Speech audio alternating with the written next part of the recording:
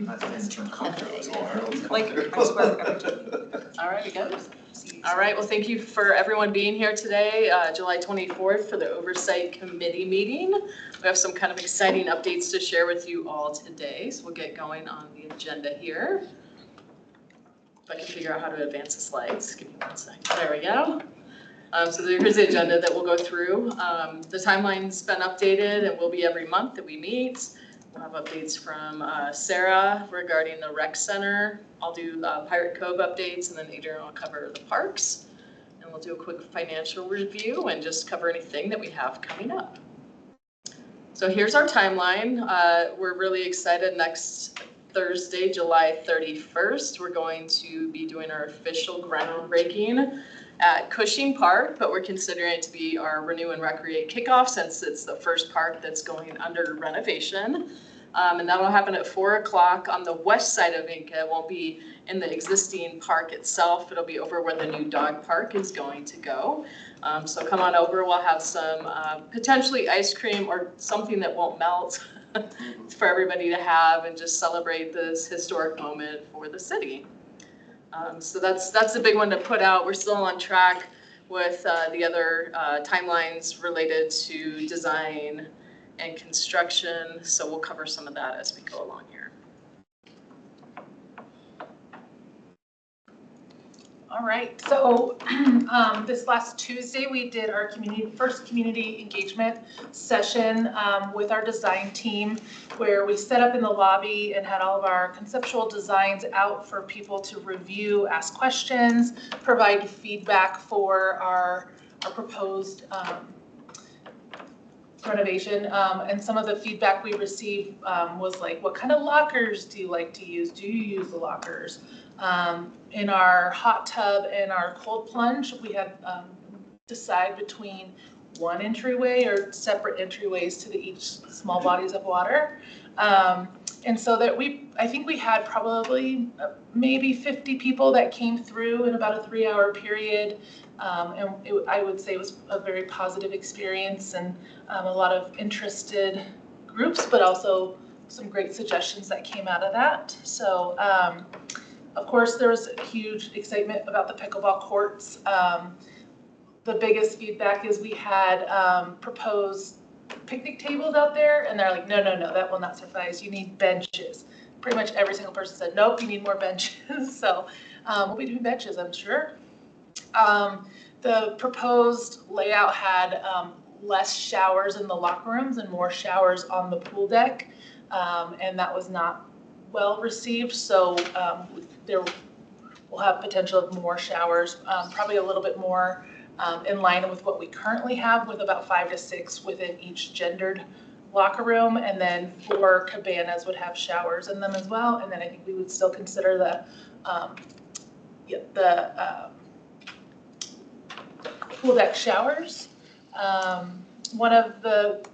This concept right here, one of the cabanas has an adult changing space in it, and that was well received as because that takes up quite a lot of room, but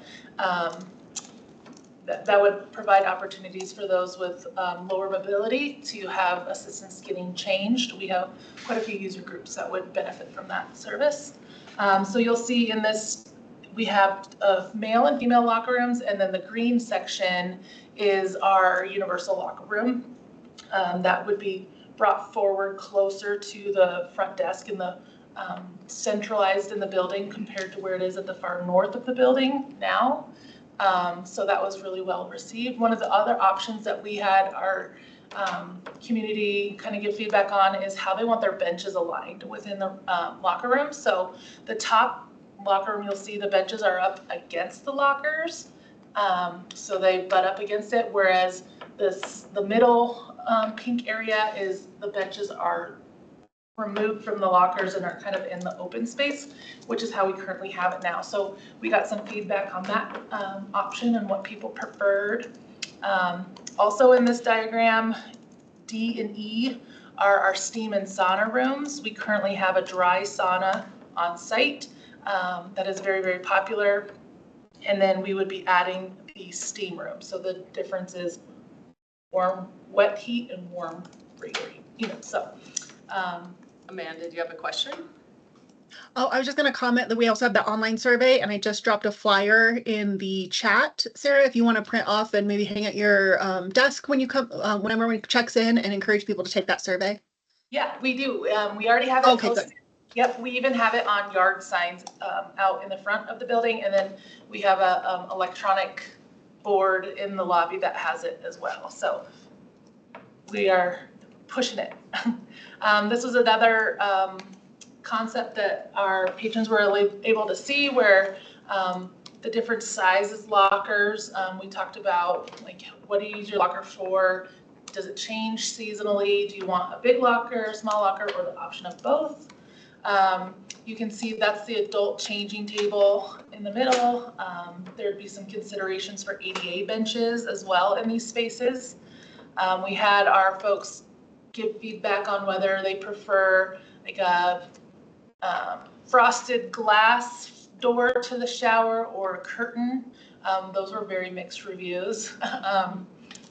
Just a lot of people thought about the upkeep, and like our patrons were thinking about the upkeep and how glass doors are this and curtains are this, and so that was interesting.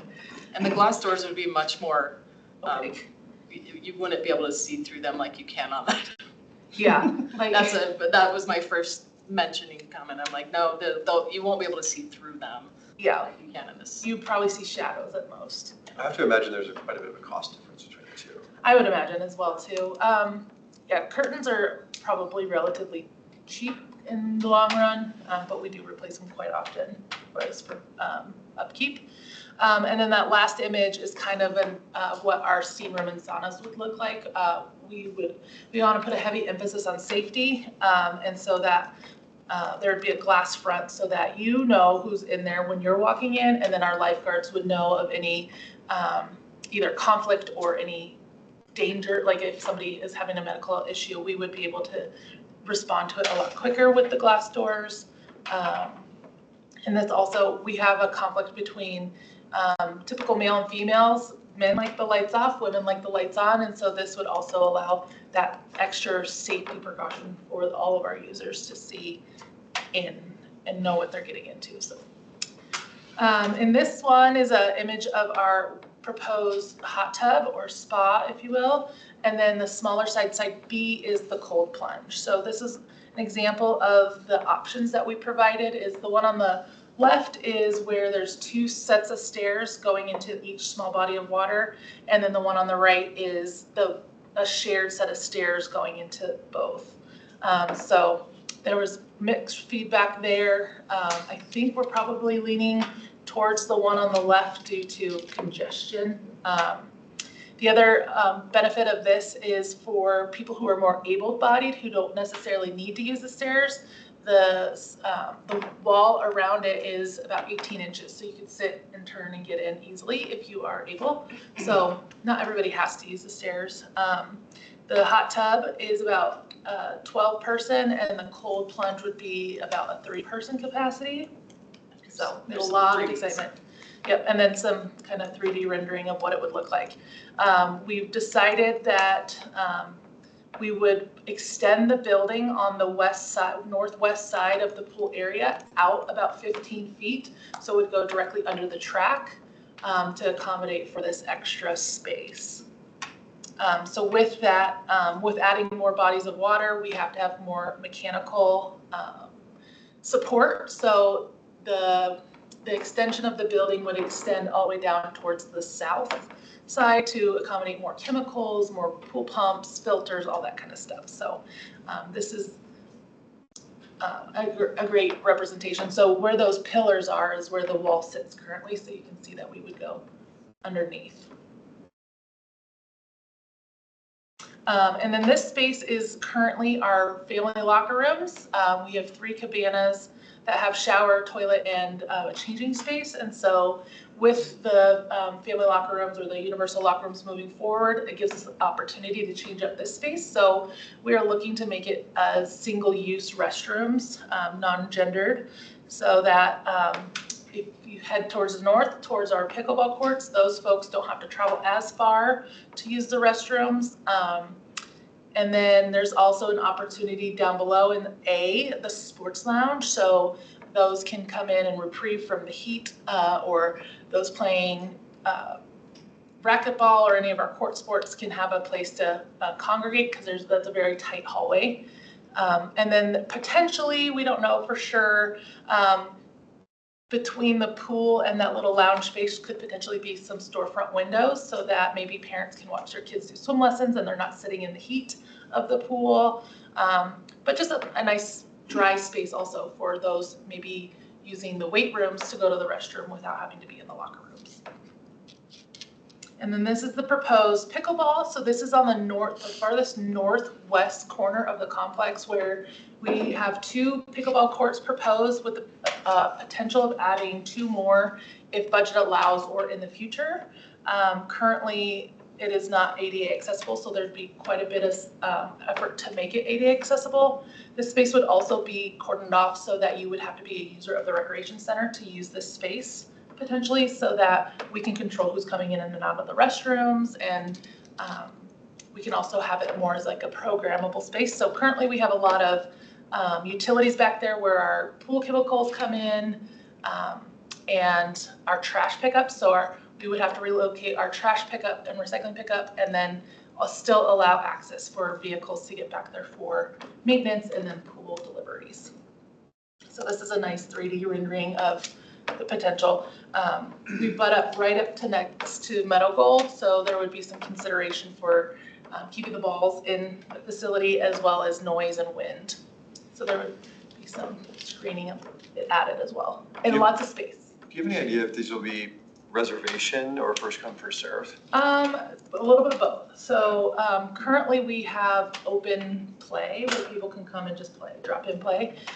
We also run a pickleball league, so that during league times it would be reserved. But potentially, if the demand is there, we would do a reservation for sure.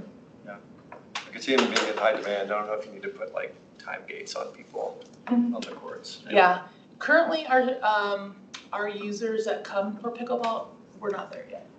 Maybe at Mally they have that opportunities, but our current user group is not as demanding as. But once we have it outside, who knows? It was brought up like having holders for the paddles to save your spot. And, yeah. So I think it may self-regulate, but it'd be something we'd watch once it's up and running and adjust as we need to. Any interest in covering the pickleball courts? Is heat ever an issue? Always. We have a lot of people who prefer to play indoor because of the heat. Right. I think if budget would allow, maybe, but I don't think that's very common for pickleball courts to be covered. So, Thanks. Yeah. Any other questions on the recreation center proposed changes? What about, I guess the pickleball's only going to be open when the rec center's open, so maybe lights aren't necessary, but. That's a good thought. Potentially, we do have lights out there currently. It's currently a sand volleyball court. So the power is there. I don't know if they're actually functional anymore, but that is a potential of something we could do with existing utilities out there. Yeah, that's a good idea. Especially in the summer when It's it Yeah. gets dark at 8, but. Well, and we also have very mild winters too, that we wouldn't necessarily have to worry about temperature when people are playing. So, Elizabeth, did you have a question or comment? Well, I was just gonna ask, is solar lighting an option in these for outdoor lighting? Is solar an option? It could be, yeah, definitely. And that'd be something we could look at possibly using. I know for a lot of the parks, we're looking at solar in those locations. Being that we have existing electrical on the poles where the pickleball court's gonna go, we might be able to just tap into that. And electrical's a little bit nicer because we can control when the lights are on and off, but definitely something to look into. It's a good idea. Yeah. All right, we'll move over to Pirates Cove.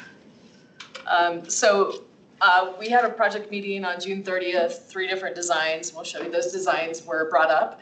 And then on the July 14th, we started to combine some of those designs. One of the designs looked really expensive, but we took some of the pieces out of it and combined it, and we'll show you that in a second. Do mark your calendars on Tuesday, August 25th is our first, we'll call it an open house at Pirates Cove from 5 to 7. And we'll also have the online survey going during that time until August 19th. But we're encouraging people to come out that are Pirates Cove users or not and would love to see the park and provide some feedback on the potential changes to the east side of the park. So here's concept A, where you can see the new the inner tube racing slides up on the top right corner there. And in the middle is a big cabana area, so this could be a larger rental. Smaller cabanas over on the sides for people to utilize, rent, so be it. And then we have like a little crossing in the pool area. If you've seen some of the pools, they have like little lily pads that you can navigate across to the other side. And then this one also has rocks that would you could jump off of those into the pool. A lot of feedback we've heard even prior to going into design was people still wanted lap lanes, and we have a deep water class that happens at Pirates Cove that's pretty popular. And when the initial concept showed we were going to blow up the pool and never bring it back, we had a lot of comments. So here we are. We are able to add in the lanes, which would allow for the deep water class to be put back into Pirates Cove. And then along the top end, this is actually Bellevue Park up on the top here. And so this would butt into Bellevue Park just slightly with some more cabanas and extra deck space. So that's concept A. Concept B incorporates what you could call a pirate ship theme. So more cabanas. Now the group rental area is at the top, kind of where the whole pirate ship starts. Again, more rental space. The slides change position, and this actually goes out into Bellevue Park some. So it'd be a great view of Bellevue Park, and we are working. We'll talk about it on the park side with Logan Simpson, who's the design team doing the feasibility study at Bellevue, to possibly put the farm in this section of Bellevue Park. So they would be integrated together, but there's a lot that we still have to do in order to figure out the placement of the farm. And again, we've got a deep water right here. This is the rocks on the south side would be a place for kids to jump off, and there would be multiple levels. So little kids are a little scared of the top rock and work their way up. Or you can be brave and go to the top first start. This is a zero entry into the pool, and you get stairs that come across this middle section. I think that'd be quite popular for parents to hang out while their kids are over swimming. Again, we have lap lanes in here, so those deep water exercise classes could still occur, and people could still do lap swimming in the mornings. And then we've integrated kind of that lily pad crossing area in here to give kids or anyone a challenge to get across the pool. All right, so concept C kind of pulls a bunch of different elements in. This is more of the expensive direction, and we've opted to not move forward with this just due to the way it's laid out and the costs. And this one, I always pick the one that's really expensive. I'm like, this is perfect. So I'm not even gonna go into it because what we did was combine them. So here's A and B combined. We still have the lap lanes, we still have the crossing, we still have the rock jump area right down here, and then we have the slides that are still coming in. So this kind of puts A and B together and incorporates both of them into this. This big structure down here would be the new pump house. It's actually going to take up some parking spots, but we'd have to do this due to the new slides and the way the pool is laid out here. There's some pictures. You can kind of visualize what A and B could look like. So it's incorporating the current elevations of the park, and not a lot will change with that. So gives you a little bit of better visual how this slide's going to pop out into Bellevue Park a little bit. Good viewing from that. We'll also have the slides on the west side, which is great views of the Rockies. I've heard it's the best in the Front Range. I don't know if that's true. We can sell it that way. Yeah, we could. Views of everything. Views of the goats and the farm. Yeah. So any questions on Pirates Cove? Amanda? Is this removing the lazy river? No, this is on the Other east side, side. okay. So the lazy river and the play structure in the middle and leisure pool, everything's going to stay except for the large pool on the east side. That's this area. Perfect. Victor. Yeah, thank you. It may be early, but it looks like I can kind of see it in the bottom right image. So in concept 3, it looks like we'll need to do some substantial retaining wall work to bump out to the northeast. Is that accounted for, or is that correct? No, that is something that is being looked at. There is retaining walls already existing. So on the, I guess, northeast side, that tower where the slides are going to be, that's where the retaining wall or the new structure would be placed. So on the east side, that retaining wall does exist already as you walk past the park, but there may be some modifications needed as we get into construction drawings. But yeah, definitely something we're looking at. Okay. Yeah, I just want to keep it in mind. I know parts of that retaining wall have had some challenges. So additional loads, there's all kinds of things that have to be calculated. It could be a substantial cost if it needs to be modified or replaced. So just making sure everybody's aware. Yeah, definitely. I appreciate that. Any other questions or comments for Pirates Cove? And one last comment. I'm assuming the floodplain doesn't go all the way up to the wall No. there if you expand in that area. It does not. We've checked that many times. No, it does not. Okay. We're good. Awesome. All right, Parks. All right, so this is kind of a high-level overview of where we're at with these projects. As we get through these, I have more slides with pretty pictures and fun stuff to look at. So Cushing, construction will begin on August 4th. We have our groundbreaking at 4 p.m. on July 31st. So we'd love to see as many of you as we can at that. We'll be doing it over where the dog park will go. So if you have well-behaved dogs, we'd love to see those too. So Emerson, we have selected a contractor. It's gone through that process and will go to council in August or September. It'll also go with the Rotolo contract. Part of that is the contractor who is doing Cushing is also doing Emerson. So we felt we could wait a month or so for Rotolo to catch up to take them both to council at the same time. Millerfield, we had our community engagement.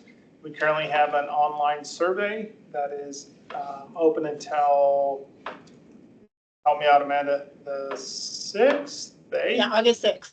August 6th. We've met with Pirate Youth Sports, and we've also met with the community at Millerfield. So when we get to Miller, I'll talk a little bit more about that. Northwest Greenbelt, we had our community engagement at Neighborhood Nights, and we had the online survey, and that survey is now closed. But again, I'll get into that when we get to Northwest. Rotolo is currently, the RFP is currently out. It was released July 3rd, and we'll get it closes on July 31st. At that time, it'll go through our evaluation committee, and we'll select a contractor. Once we select a contractor for Rotolo, we'll take Rotolo and Emerson to council on the site. So Cushing, as I said, this will begin August 4th. The main things over at Cushing is going to be a new dog park. This will be on the west side of Inca. It's west of that grass area that's kind of on that hill. Another big piece at Cushing is we're going to redo the playground. The playground is very old and in need of repairs. So we're going to replace that. One thing with Cushing is the playground is going to stay in the same footprint as it currently is. So we had some cost savings there as far as keeping it in the same location. We also wanted to take advantage of several of the large trees that are already mature around that playground. So before we go to Emerson, is there any questions on Cushing? Very excited about this project. This will kick off all of our bond projects. So this will be get us kick-started and rolling. Emerson is our next project that'll go. Like I talked about earlier, Elite Industries, who is also doing Cushing, was awarded the bid for Emerson Park. We'll take it to council at the same time as Rotolo. This park is going to have some nature play, a Zen garden, stone benches, open roof shelter, bird nest swing. So as you can see here, most of the enhancements are going to be on the perimeter of the park. One of the things that we did hear from the neighborhood is that they love the open space, so they could play volleyball or have picnics or whatever. So we left the center alone. So that'll stay kind of as is, and everything else will take place around the park. Any questions on Emerson? Are we doing anything with the sod, or we're just leaving it as is? Oh, I'm sorry. Thank you, Sarah. So another thing at Emerson is going to be a completely new irrigation system. So that'll also be on both sides. Those of you who are familiar with Emerson, we also have the little pocket park on the other side of Emerson. So irrigation on both parks will be replaced. So we'll have a completely new irrigation system at Emerson Park. And new turf, right? Yeah. If it's destroyed, Right. we try to keep as much turf as we can that is there. We may be able to overseed it to get some fresh new Sure. turf coming in because it is aged. Yeah. Weed heavy. Yes, but if it's healthy and we determine it's a healthy turf, then we'll most likely leave it. Great. All right, Miller Field. So kind of to make a little sense of this concept, PD is on the left side of this drawing, so that's the police department. Up where the playground and the splash pad are is currently where the parking lot is. So these two fields will kind of flip. Couple cool things we got going on here is a splash pad, a playground. We also want to put a stage / pavilion in here so that we can potentially move summer concerts, kids stage. We could have more options to do larger community events at Miller Park. I see it. Unfortunately, most likely not. I need all the research. We did some research, so. It's a cost of about $2 million for that. So broke my heart. We're sad, but. So this is the first concept for Miller.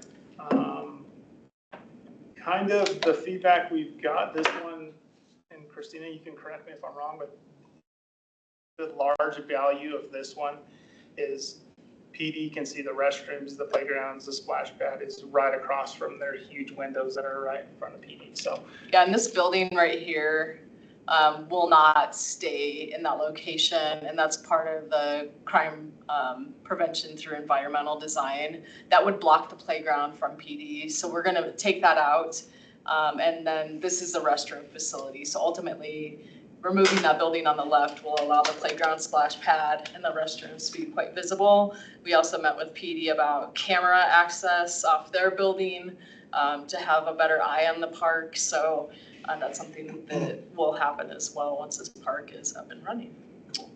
most likely those, like Christina was saying, those buildings would be combined, to also save some money during construction. And here's the second concept.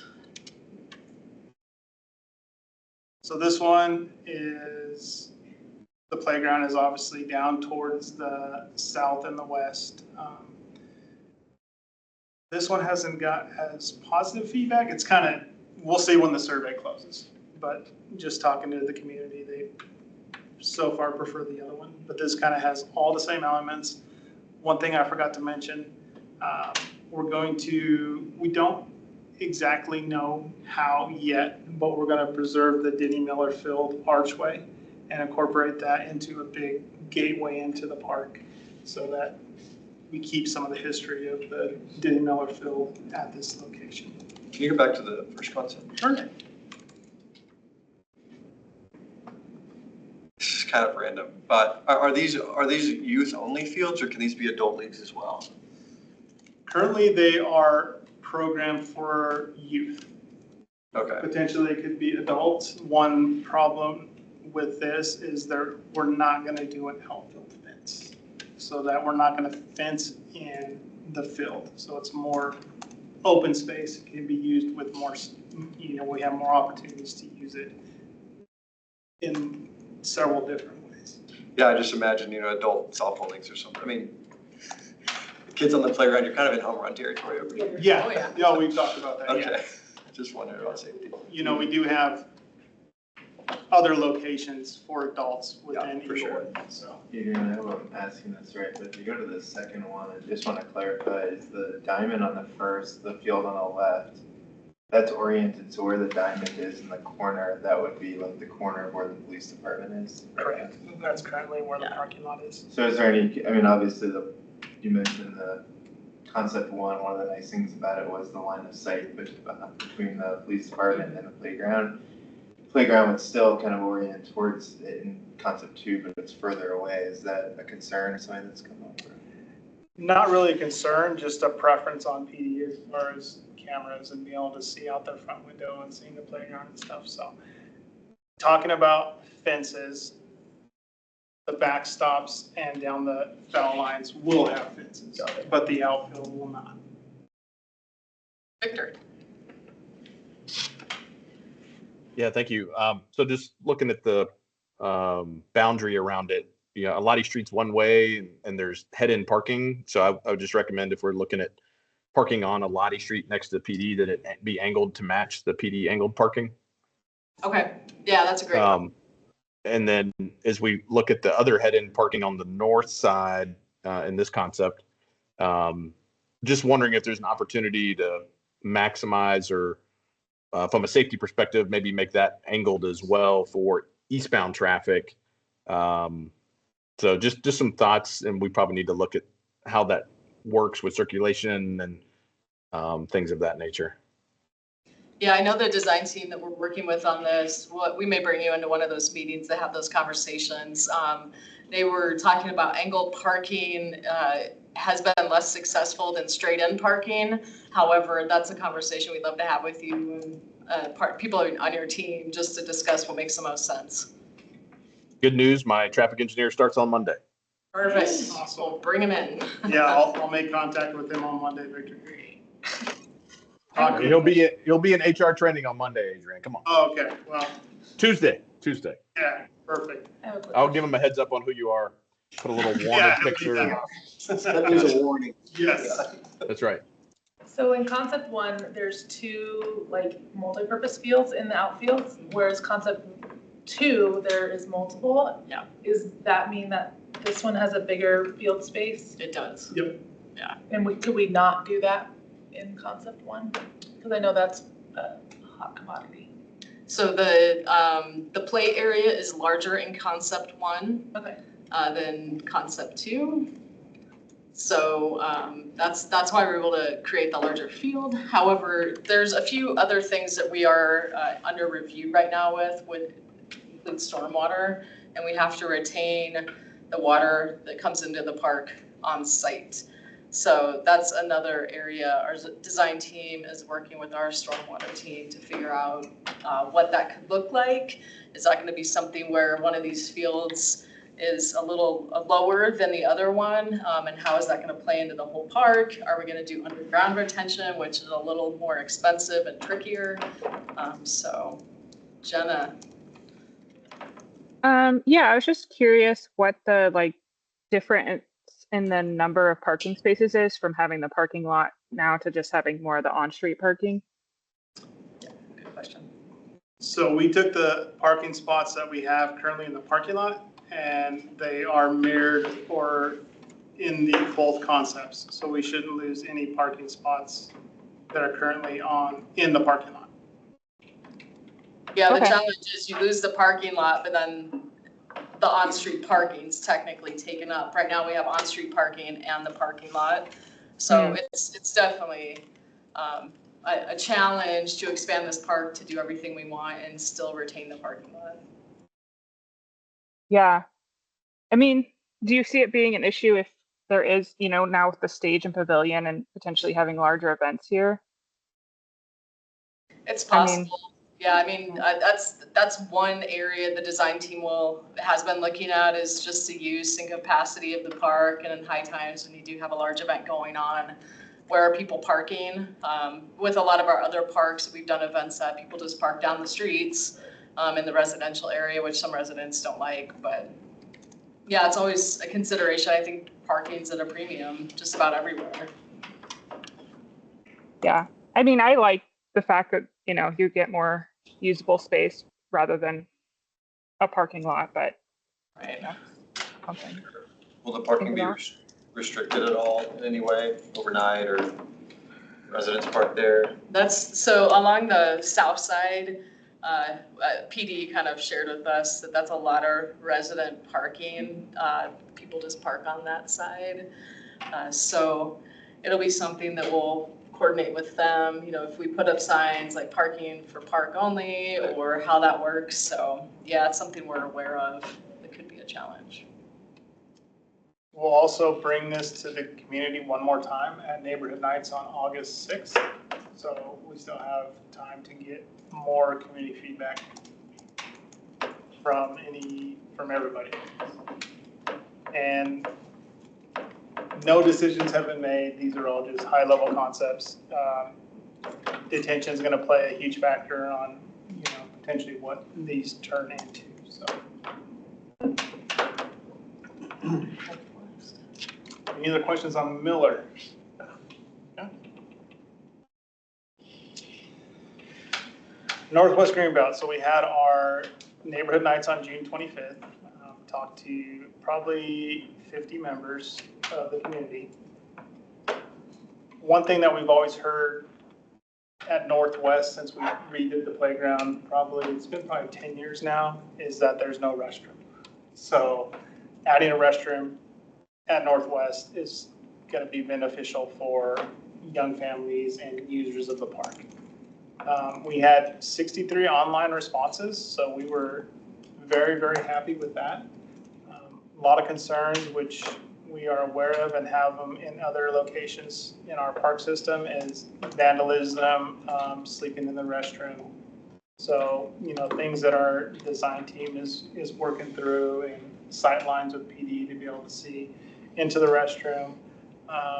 Kind of surprising, but it was good to hear from the neighbors, is that they really want a basketball court. So we're going to try to incorporate, if the budget allows, a basketball court into this design at Northwest. Another thing that kind of surprised us a little bit was there wasn't a ton of appetite for a large community shelter like we have in other parks. They wanted to see more, you know, large boulders and seating areas under trees, and, you know, maybe little picnic tables with a little pavilion for shade. So design team is starting to incorporate that into some of their design. Northwest, we still haven't seen any concepts or any designs or anything like that yet. So this one's still very, very early. Victor made a comment that he'd like to be at the utilities team when adding a restroom, to be added to that conversation. Yeah, Okay. definitely. Yeah, and Victor Tyler's been in on these with the stormwater at Northwest Greenbelt. So. Okay, thank you. Yeah, when we're adding restrooms with sewer and water taps, we just want to make sure if there's anything going on with water line replacements, valve replacements, lead service, that we're thinking about all that. Thank you. Thank you. Last one is Rotolo. So Rotolo, the construction RFP is currently out. It'll close the 31st, like I said before. Then it'll go through our evaluation process. One exciting thing is our pre-proposal meeting on July 16th. We had 9 construction companies show up for that. So pretty excited to see what kind of proposals we get back for Rotolo. Again, this one will take to council at the same time as we take Emerson, probably late August, early September. This one will have the restroom that you see here, ADA pass that will connect the streets. We currently don't have any connection from Huron to Stanford and Jason. So we'll have ADA access from the cul-de-sac over to Stanford, through the park, over to Huron. Adrian, when you say you're taking these to council, does that mean comments on the design, or you're taking the contract for the construction? Correct, sorry. Contract for the construction? Yes, yep. Yeah, just as a refresher, these were designed last year, so they've been all the way through all the community feedback and all through that process for Emerson, Rotolo, and Cushing. So thank you, Ryan. Just the contracts for construction will go to council in August or September. Any questions on Rotolo?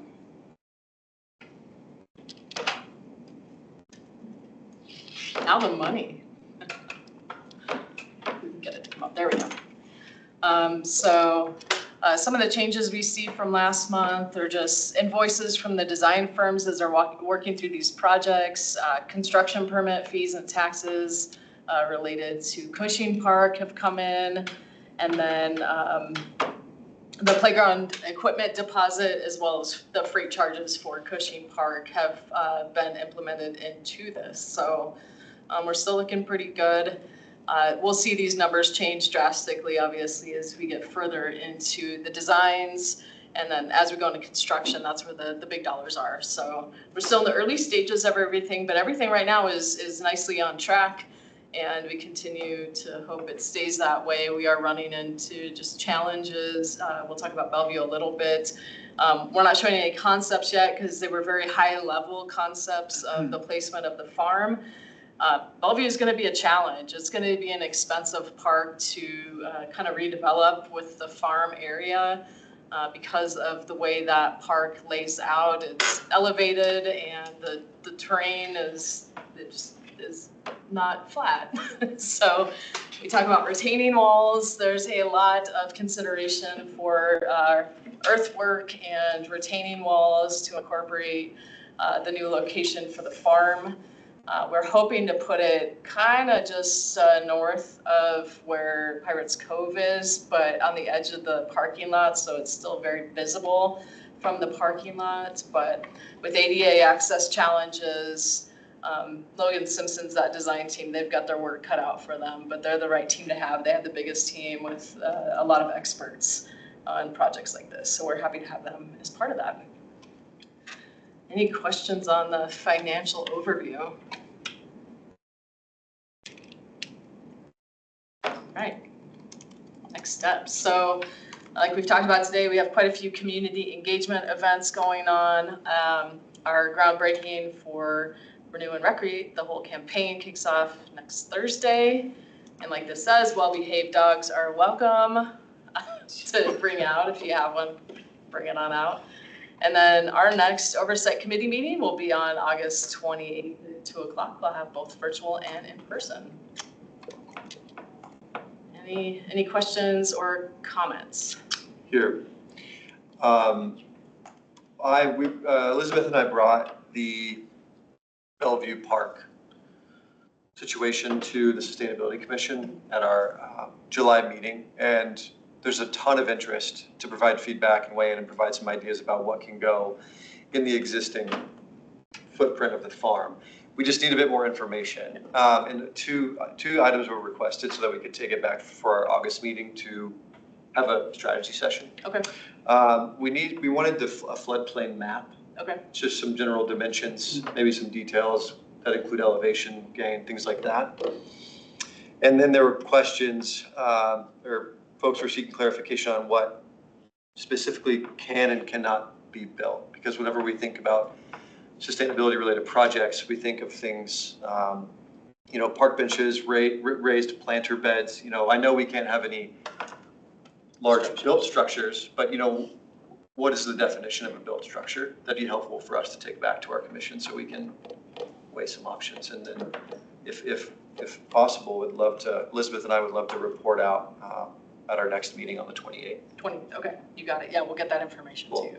And what's the best way for us to present would it just be a verbal presentation? Would you like a couple slides or anything like that? Should I talk to Gina? I mean, you tell me. Yeah, maybe a couple slides would work, so. Yeah. Okay, we can do that. Okay. Thanks.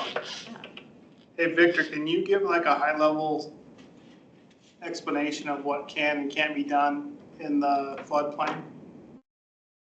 Yeah, so in this zone, we have the floodway, which is the main channel for